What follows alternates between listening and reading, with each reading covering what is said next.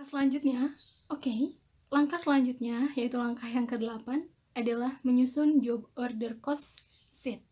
Nah, dalam penentuan harga pokok produksi berdasarkan job order costing, kita akan mengenal kartu harga pokok pesanan atau biasa disebut dengan job order cost sheet.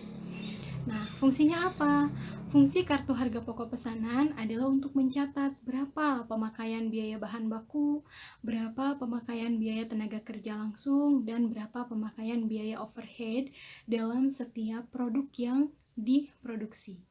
Yang perlu menjadi catatan dalam hal ini adalah nilai BOP yang dimasukkan kepada kartu harga pokok pesanan adalah BOP dibebankan, bukan BOP sesungguhnya. Jadi harus diingat ya, untuk mencatat job order cost sheet, nilai BOP yang diinput adalah BOP dibebankan, bukan BOP sesungguhnya.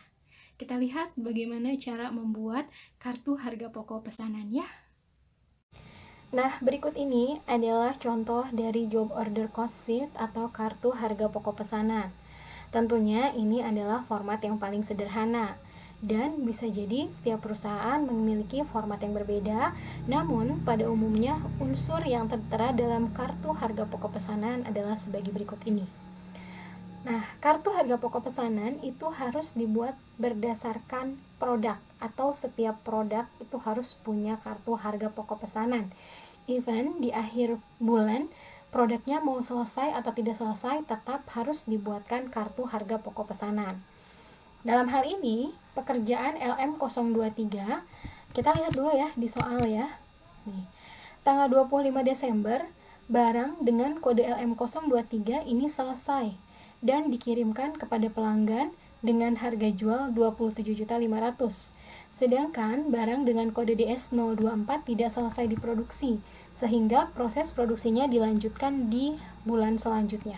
Oke. Dari kesimpulan ini kita bisa simpulkan bahwa LM023 ini selesai dan dijual ke Nyonya Amirah. Oke.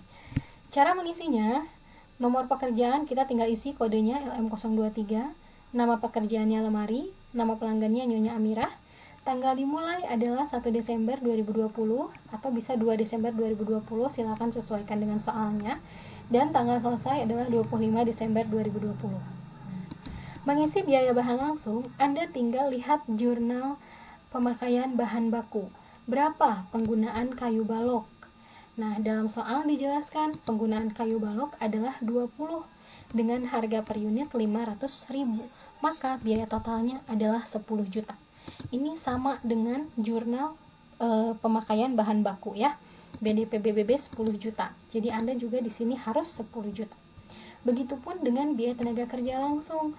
Untuk LM023 jam kerjanya 120 jam dengan tarif per jamnya 3.600.000. Nah, ini harus sama dengan jurnal yang ini, BDP BTK LM023 yaitu 3.600.000. Kemudian biaya overhead, ingat yang dimasukkan adalah biaya overhead dibebankan, yaitu berdasarkan jam kerja 120 jam dengan tarif per jam 20.000.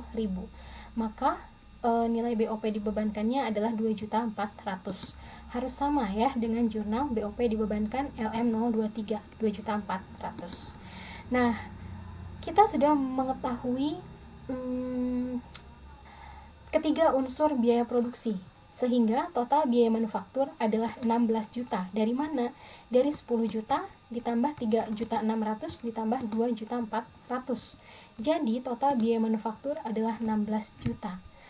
Dan karena barang LM023 ini sudah selesai, maka bisa dikatakan total biaya manufaktur ini adalah harga pokok produksi karena barangnya dinyatakan sudah selesai. Oke. Harga jualnya ada di soal ya, 27.500.000. Sehingga karena sudah selesai, barangnya juga sudah diserahkan atau dijual, kita sudah bisa menghitung berapa laba kotornya, yaitu 11.500.000 dari 27.500.000 dikurangi 16 juta. Nilainya 11.500.000. Nah, berbeda dengan pekerjaan DS024. DS024 ini tidak selesai, tapi karena ini sudah akhir periode atau akhir bulan, kita harus tetap masukkan ke job order cost.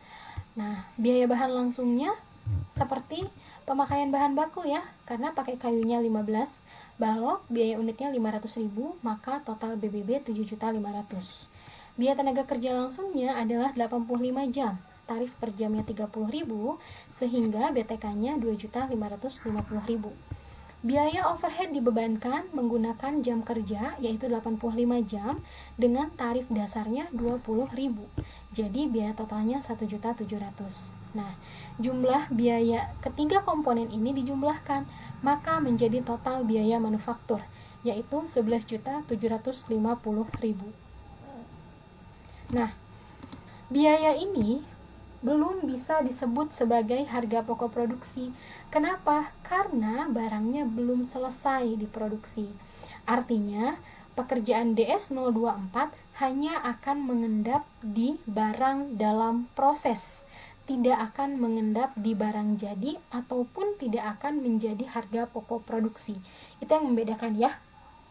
Kalau barangnya selesai, nanti nilai 16 juta ini akan mengendap di persediaan barang jadi. Kemudian kalau misalnya dijual, maka akan menjadi harga pokok produksi. Tapi kalau pekerjaannya belum selesai, maka nilai biaya ini akan mengendap di barang dalam proses. Nah, kita lihat di jurnal-jurnal selanjutnya. Oke. Selanjutnya adalah langkah ke-9, yaitu menjurnal barang jadi dan menjurnal barang dalam proses. Nah, menjurnal barang jadi kita hanya perlu melihat dari kartu harga pokok pesanan. Kalau misalnya barangnya sudah dinyatakan selesai, maka kita bisa mengendapkan seluruh biaya produksi terhadap barang jadi. Sedangkan kalau misalnya barangnya belum selesai diproduksi, maka kita bisa mengendapkan seluruh biaya produksi ke dalam barang dalam proses. Oke. Langkah yang ke-10 adalah menjurnal penjualan produk barang selesai. Nah, barang yang sudah selesai diproduksi biasanya langsung diberikan ke pelanggan. Nah, jika sudah terjadi penjualan, maka kita wajib melakukan penjurnalan atas barang yang sudah selesai. Nah, menjurnal barang yang sudah jadi atau barang dalam proses, kita hanya perlu melihat job order cost sheet. Karena kita sudah mencatat seluruh penyerapan biaya melalui job order cost sheet. Jurnal untuk barang selesai, dalam hal ini adalah LM023, akunnya adalah persediaan barang jadi senilai 16 juta. 16 juta adalah penjumlahan dari BDP BBB 10 juta, BDP BTK 3.600.000 dan BDP BOP 2.400.000. Nilai BDP BBB, nilai BDP BTK dan BDP BOP ini adalah berdasarkan jurnal sebelum-sebelumnya. Ini ya. BDP BBB 10 juta awalnya kan di debit, karena barangnya sudah selesai maka kita posisikan di kredit. Begitu juga dengan BDP BTK awalnya di debit ini ya, maka kita posisikan di kredit. Begitu juga dengan BDP BOP. Jadi karena barangnya sudah selesai, maka nilai BDP BBB BTK dan BOP ini berpindah jadi persediaan barang jadi. Oke? Sedangkan barang dalam proses, dalam hal ini DS024, jurnalnya hampir sama ya. BDP BBB, BDP BTK, dan BDP BOP-nya yang awalnya di debit, sekarang berpindah menjadi kredit sesuai dengan pemakaian bahan. Namun, karena barangnya belum jadi, maka akunnya berubah jadi persediaan barang dalam proses senilai 11.750.000. Ini sama dengan job order cost sheet ya. Itu adalah cara menjurnal barang selesai dan barang dalam proses. Adapun menjurnal penjualan produk ini untuk LM023 karena barangnya sudah selesai. Jurnalnya adalah kas atau piutang dagang. Kas jika penjualan secara tunai, sedangkan piutang dagang jika penjualannya secara kredit. Senilai 27.500.000. Ini sesuai dengan soal ya. Dan akun kreditnya adalah penjualan 27.500.000. Jangan lupa kalau menjual produk kita juga perlu menjurnal harga pokok produksi. Dari mana? Dari nilai persediaan barang jadi.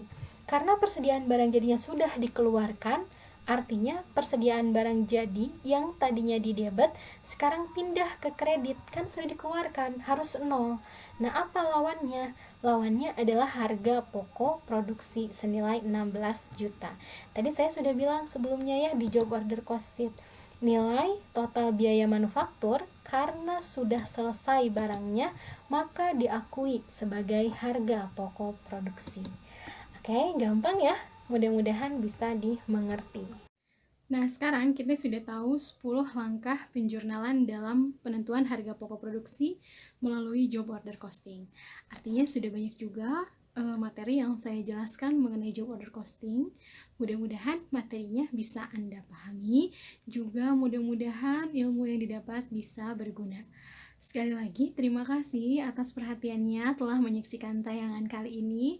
Mohon maaf jika dalam penyampaian materi banyak perkataan yang kurang berkenan atau banyak kesalahan-kesalahan dalam menyampaikan materi. Mohon dimaafkan. Jika bermanfaat tayangan ini, jangan lupa di-subscribe blognya Budosian atau disebarkan kepada teman-temannya. Akhir kata, terima kasih. Assalamualaikum warahmatullahi wabarakatuh.